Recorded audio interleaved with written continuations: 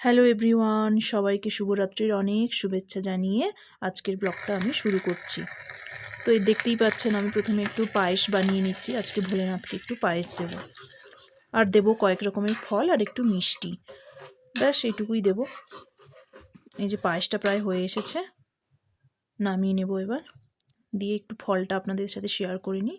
এই যে 4-5 রকমের ফল দেব, ব্যাস, আর দেবো একটু মিষ্টি।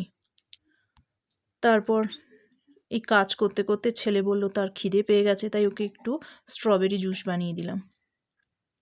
স্ট্রবেরি জুস কেমন লাগছে? ভালো। ভালো লাগছে? ভালো লাগছে? আচ্ছা, বেস্ট লাগছে। আচ্ছা, মাম্মিকে একটা থ্যাংক ইউ বলো। Thank you. Thank you mummy. Thank you mummy.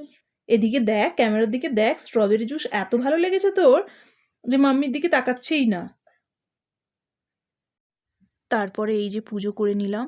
আমার এই সিংহাসনটা তো খুবই ছোট, তাই সব প্রসাদ একসাথে রাখতে পারি না, একটা একটা করে ঠাকুরকে দেখিয়ে নামিয়ে নিতে হয়।